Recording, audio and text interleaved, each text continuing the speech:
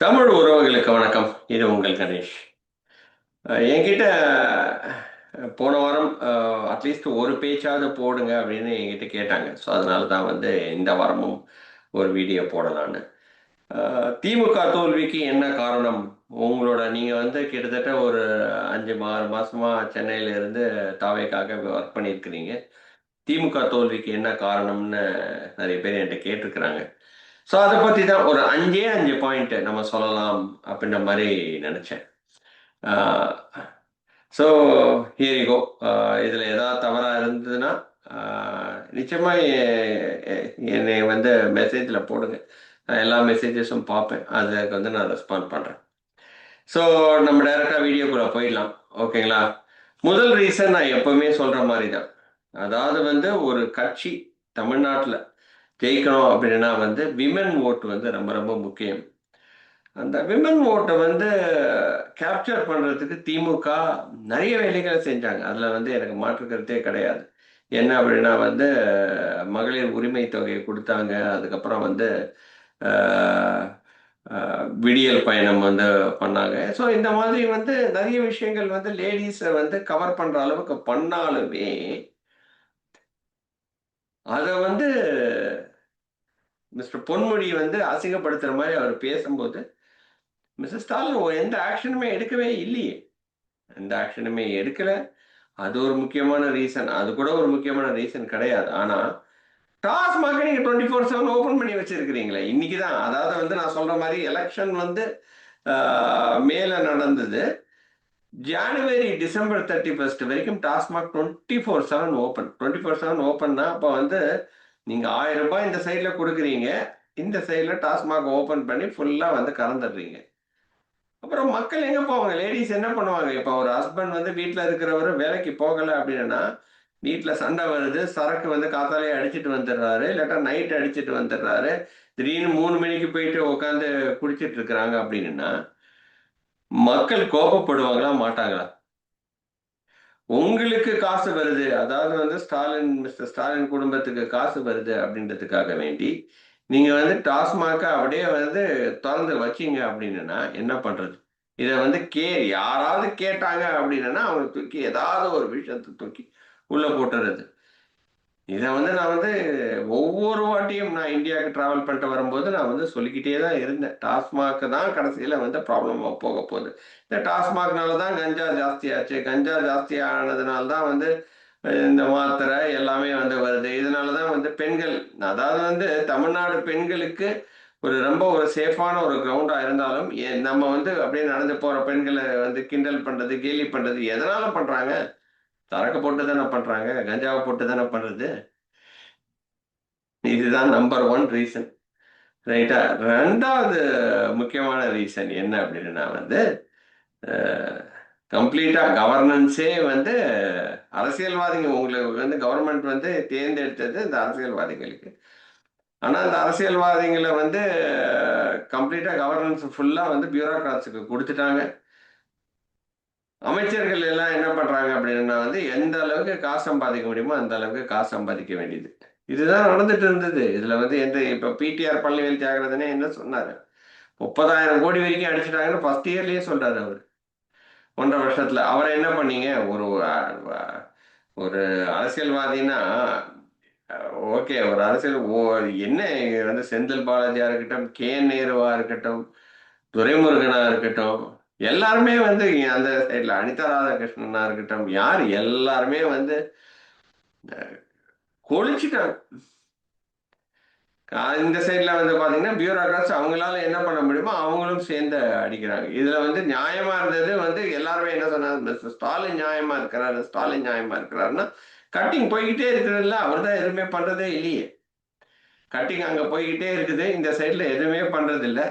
அவர் வந்து நல்ல பேர் வண்டி வாங்கிட்டார். என்னப்பா இது கவர்னன்ஸ்? நீங்க பிடிஆர் பழனிவேல் தியாகராஜன் மாதிரி ஒரு ஒரு 4 பேரை வந்து உட்கார வச்சு எப்படி வந்து ஒரு கவர்னன்ஸ் பண்ணணுன்றதை நீங்க வந்து பண்ணிருக்கணுமா இல்லையா? தமிழ்நாடு பீப்புள் எதுக்கு உங்ககிட்ட கவர்மெண்ட் எதுக்கு கொடுத்தாங்க? ஒரு கட்டுக்கோப்பா வச்சுக்கணும். நீங்க என்ன சொன்னீங்க லாஸ்ட் டே 2021 எலெக்ஷனுக்கு முன்னாடி கடைசி நாள்ல? தமிழ்நாடு நீங்க டிஎம்கே கவர்மெண்டா ரவுடிசம் ஜாஸ்தி ஆயிடும் அப்படின்னு தானே சொன்னாங்க. ஆனா நீங்க என்ன சொன்னீங்க? எனக்கு ஒரு சான்ஸ் கொடுங்க, ரவுடிசமே இல்லாம பாத்துக்கிறோம் அப்படின்னு நீங்க சொன்னீங்க. எவ்வளோ கொலை, கொள்ளை. கடைசியில ஆம்ஸ்ட்ராங்கே போட்டாங்க. ஆம்ஸ்ட்ராங் கொலை வழக்கெல்லாம் எவ்வளோ பெரிய ஒரு மெட்ராஸ்குள்ள எவ்வளோ ஒரு பெரிய பாதிப்பை ஏற்படுத்துச்சுன்னு தெரியுமா? நீங்க தோத்ததுக்கு 2வது ரீசன் என்ன அப்படின்னா, ஆம்ஸ்ட்ராங் கொலை வழக்கு தான். ஒழுங்கான ஒரு கவர்னன்ஸ் இல்லாதது. அதை வந்து கம்ப்ளீட்டா பியூரோக்ராட்ஸ் வந்து கொடுத்தது. பியூரோக்ராட்ஸ் அவங்களுக்கு என்ன தெரியுமோ அவங்க பண்ணாங்க. அரசியல்வாதிகள் ஃபுல்லா காசு சம்பாதிக்க போயிட்டாங்க. இங்க ரவுடிசம் ஜாஸ்தி ஆயிட்டுச்சு. இதுதான் 2வது ரீசன். 3வது ரொம்ப ரொம்ப முக்கியமான ரீசன் என்ன அப்படின்னா வந்து தேமுதிகவுக்கு 10 சீட்டு கொடுத்து, அதுக்கப்புறம் வந்து சிபிஐ சிபிஎம்க்கு 4 சீட்டு 4 சீட்டு கொடுத்து தனியா நின்று இருக்கணும். சரி, ஓகே, நீங்க யாருமே தேவையில்லை அப்படின்னு சொல்லிட்டு நீங்க தனியா நின்றுட்டீங்கன்னா இன்னொரு கூட ஒரு 20 சீட்டு வாங்கியிருக்கலாம். இன்னைக்கு வந்து தாவேக்காவை ஸ்டாப் பண்ணிருக்கலாம். இதை யாருமே சொல்லவே இல்லை. எதுக்கு உங்களுக்கு இன்னைக்கு வந்து எல்லாருமே விட்டுட்டு போயிட்டாங்கல்ல, விட்டு போனவங்க விட்டு போனதாவே இருக்கட்டும், விடுங்க. அப்படின்ற மாதிரி தான் நீங்க நினைச்சு நீங்க வந்து உண்மையாவே அடுத்த ஃபியூச்சரை நோக்கி போகணும் அப்படின்னா, நீங்க வந்து தனித்து ஜெயலலிதா அம்மையார் வந்து நின்னாங்க 2016 எப்படி கெத்தா நின்னாங்க. நீங்க நிக்கவே இல்லையே. அதுலயே வந்து உங்களுக்கு தெரிய வேணாமா? எனக்கு வந்து நம்பிக்கை இல்ல அப்படின்னு சொல்லிட்டு கடைசி நேரம் வரைக்கும் இந்த காங்கிரஸ வந்து கூப்பிட்டு வச்சு நீங்க வந்து பேசிட்டு இருந்தீங்க. அப்ப வந்து உங்களுக்கே உங்க மேல கான்ஃபிடன்ஸ் இல்லன்ற மாரி தான ஆச்சு. அவங்க வந்து ஜெயிச்சாங்களா? ஒவ்வொருத்தங்க ஸ்ட்ரைக் ரேட்ட நீங்க வந்து பாருங்க நீங்க. தேமுதிக 10 சீட்ல 1 சீட்டு. சிபிஐ, சிபிஎம் 4 சீட்ல 2 சீட்டு. காங்கிரஸ் 27 சீட்ல 5 சீட்டு. ஸ்ட்ரைக் ரேட்ட பாருங்க. நீங்க அதுக்கு நீங்களே நின்னு இருக்கலாம். ஏன் இதெல்லாம் வந்து என்ன அப்படின்னா, தான் மேல தனக்கே நம்பிக்கை இல்லாத ஒரு காரணம் தான். தான் மேல தனக்கே ஒரு நம்பிக்கை இல்லாத ஒரு காரணம் தான். அதுதான் வந்து ரொம்ப மிகப்பெரிய ஒரு முக்கியமான ஒரு ஒரு இஷ்யூ. இது 3வது ரீசன். 4வது ரீசன் என்னன்னா, தன்னோட ஃபேமிலி அப்படின்ற ஒரு ஃபோக்கஸ். பெண் அப்படின்ற ஒரு நிறுவனத்தை வச்சுக்கொண்டு, அதுக்கப்புறம் நான் என்ன வேணா பண்ணுவேன். இந்த இடத்துல நீங்க உதயநிதி ஸ்டாலின கூட்டு வாங்க. அது அது உங்களோட கட்சிக்கான ப்ராப்ளம். ஆனால், அத ப்ராப்பரா நீங்க கூட்டு வந்திருக்கணுமா? இல்லையா? உடனே அவருக்கு வந்து துணை முதலமைச்சர் குடுக்கணும்னு என்ன அவசியம் இருக்கு? அப்படின்றது வந்து மக்கள் எல்லாருமே கேட்க ஆரம்பிச்சு, என்ன சாதிச்சிட்டாருன்னு சொல்லி நீங்க வந்து அவர் என்ன தனியா கட்சி ஆரம்பிச்சா வந்தாரு அவரு? அவருக்கு கொஞ்ச நாள் வெயிட் பண்ணியிருக்கலாம்ல. இந்த பெண் நிறுவனத்துல வந்து வச்சு எல்லாருமே வந்து கேட்கிற கேள்வி, என் ஃப்ரெண்ட்ஸ் எல்லாருமே என்ன மச்சி, சபரீசன் வந்து 35 கோடிக்கு வாட்ச் போடுறாராமே அப்படின்னு கேட்குறாங்க. என்ன உதயநிதி ஸ்டாலின் வந்து கார் ரேஸ் நடத்துறாராம், யாரோ ஒரு சினிமா ஆக்ட்ரஸ்க்காக நடத்துறாராமா அப்படின்னு வந்து ஒரு நியூஸ். இந்த மாதிரி நியூஸ்க்கெல்லாம் நீங்க ஆன்சர் பண்ணணும்னு அவசியம் கிடையாது. ஆனால் ஒரு ஆட்சி வந்து ரொம்ப ஒரு கட்டுக்கோப்பா போகல அப்படின்னா இந்த மாதிரி ஒரு கொஸ்டின்ஸ் வருமா வராதா?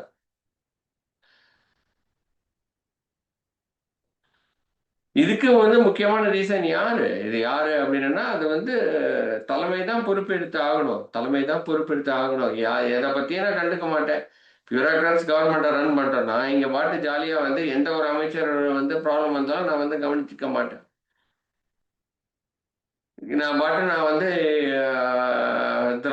திராவிட சித்தாந்தங்கள் அப்படின்ற மாதிரி நான் வந்து பேசிட்டு போய்கிட்டே இருப்பேன். அப்படின்ற மாதிரி இருந்ததுன்னா என்ன அர்த்தம் இது? இதெல்லாம் ஒரு ஒரு கவர்னன்ஸா?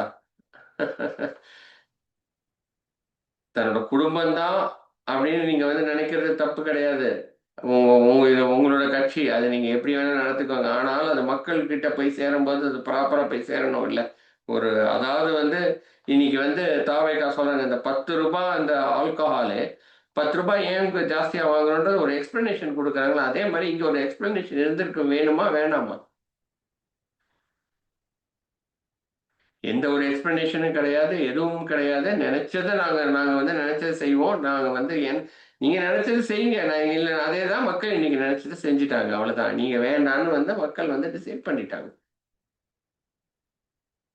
அப்புறம் இப்ப புலம்பி என்ன பண்றது? இப்ப புலம்பி வந்து ஐயோ விட்டுட்டோமே, இவங்க வந்து இன்ஸ்டாகிராம்ல வந்துட்டாங்க, இவங்க ரீல்ஸை போட்டு வந்துட்டாங்க, இது கவர்ச்சியை நோக்கி வந்து விட்டார்கள் அப்படின்னு சொல்லிட்டீங்க. ஆனா வந்து உங்க குற்றம் யார்கிட்ட இருக்கு? அதாவது வந்து ப்ராப்ளம் எங்க இருக்கு? ப்ராப்ளம் எங்கன்னு நம்ம வந்து ரியலைஸே பண்ணாம நீங்க வந்து இருந்தீங்கன்னா, கடைசி வரைக்கும் உங்களோட தவறு எங்க நடந்திருக்குன்னு நீங்க தெரியாம இருந்தீங்கன்னா என்ன பண்றது? அதாவது வந்து நமக்கு கீழே இருக்கிற அமைச்சர்கள் எல்லாம், அது வந்து நேருவா இருக்கட்டும், செந்தில் பாலாஜியா இருக்கட்டும், இல்லாட்டினா வந்து துரைமுருகனா இருக்கட்டும், யாரா இருந்தாலும் என்ன? ஆக்ஷன்ஸ் எடுக்கணுமா வேண்டாமா? ஆக்ஷன் எடுக்காம இருந்ததுன்னா இப்படிதான் நடக்கும். ஏன்னா வந்து ட்ரபிள் உங்ககிட்டயே இருக்கிறதுனால, நீங்க அத வந்து கொஸ்டின் கேட்க முடியல. அது கொஸ்டின் கேட்க முடியாததுனால வந்த வினை தான் இன்னைக்கு வந்து ஒரு தோல்வி. அதாவது தோல்வி வந்து மக்கள் வந்து சரியான ஒரு பாடம் கற்றுக் கொடுத்திருக்கிறாங்க.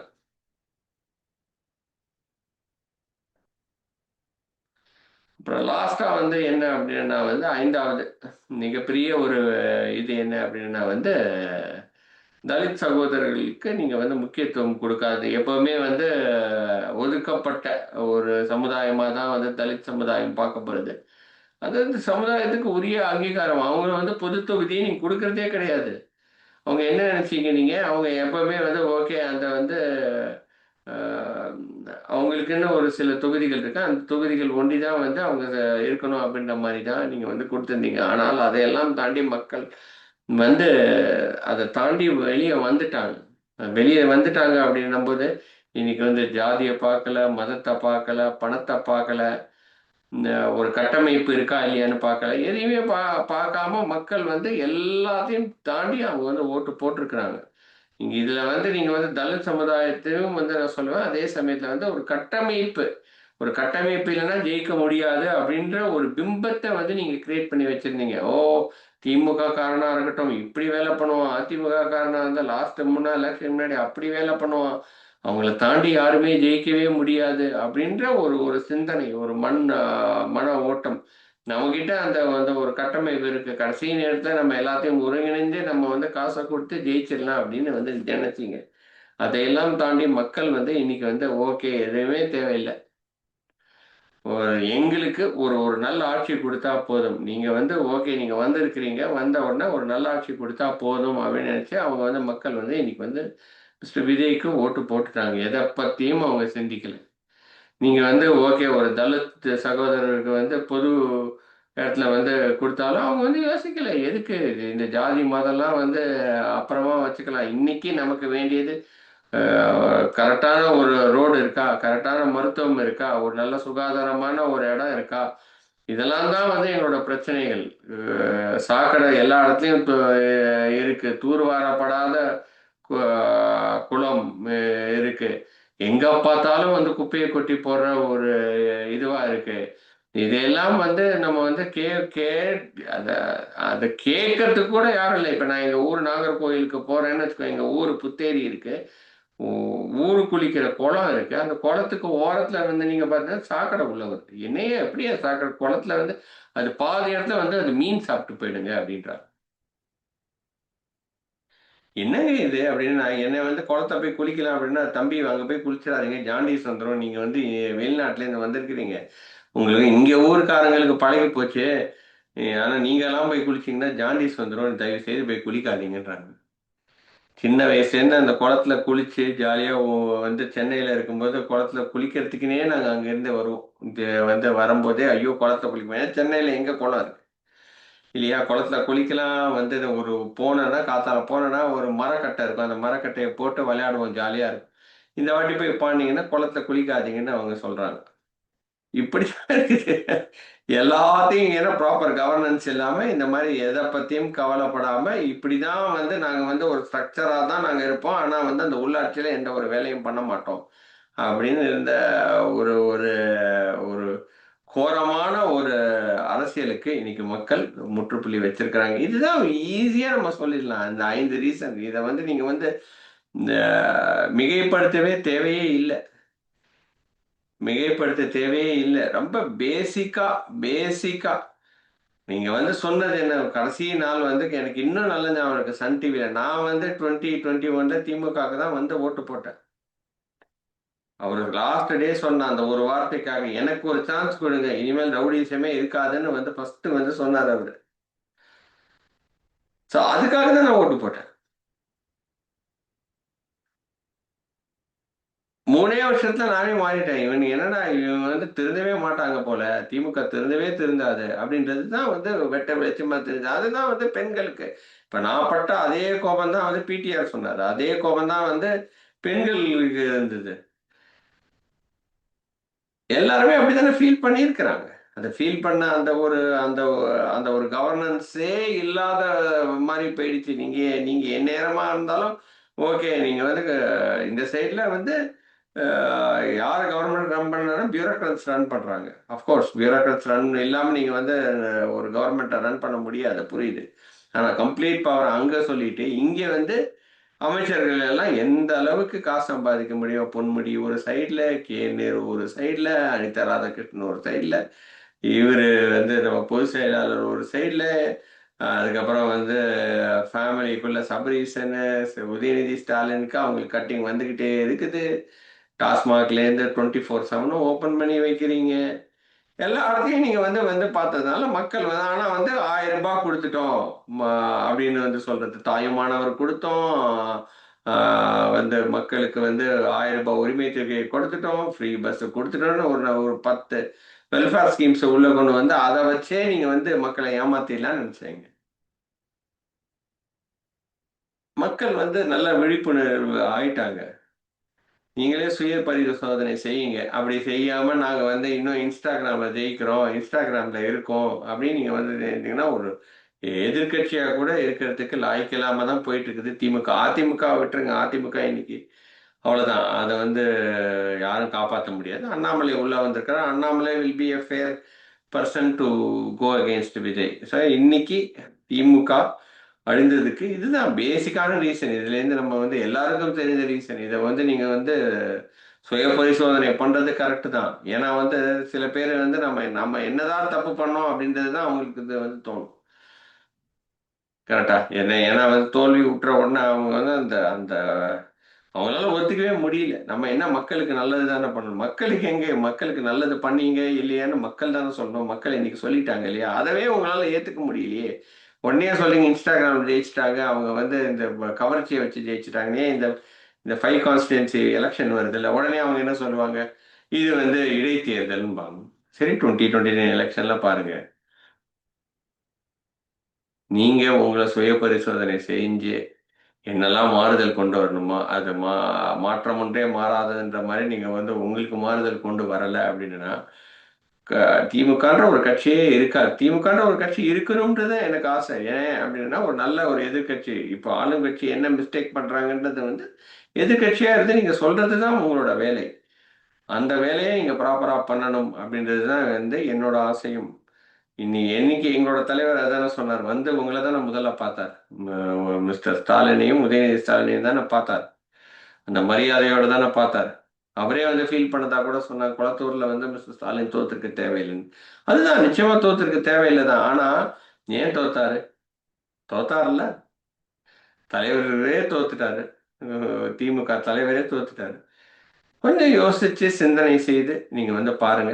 பார்த்தாலே உங்களுக்கு தெரியும். அ இது என்னோட கருத்து. ஏன் இந்த திமுக தோத்ததுக்குன்னு. இந்த வீடியோ உங்களுக்கு பிடிக்கும்னு நினைக்கிறேன். இன்னொரு வீடியோவில் அடுத்த வாரம் சந்திக்கிறேன். அதுவரை நன்றி, வணக்கம்.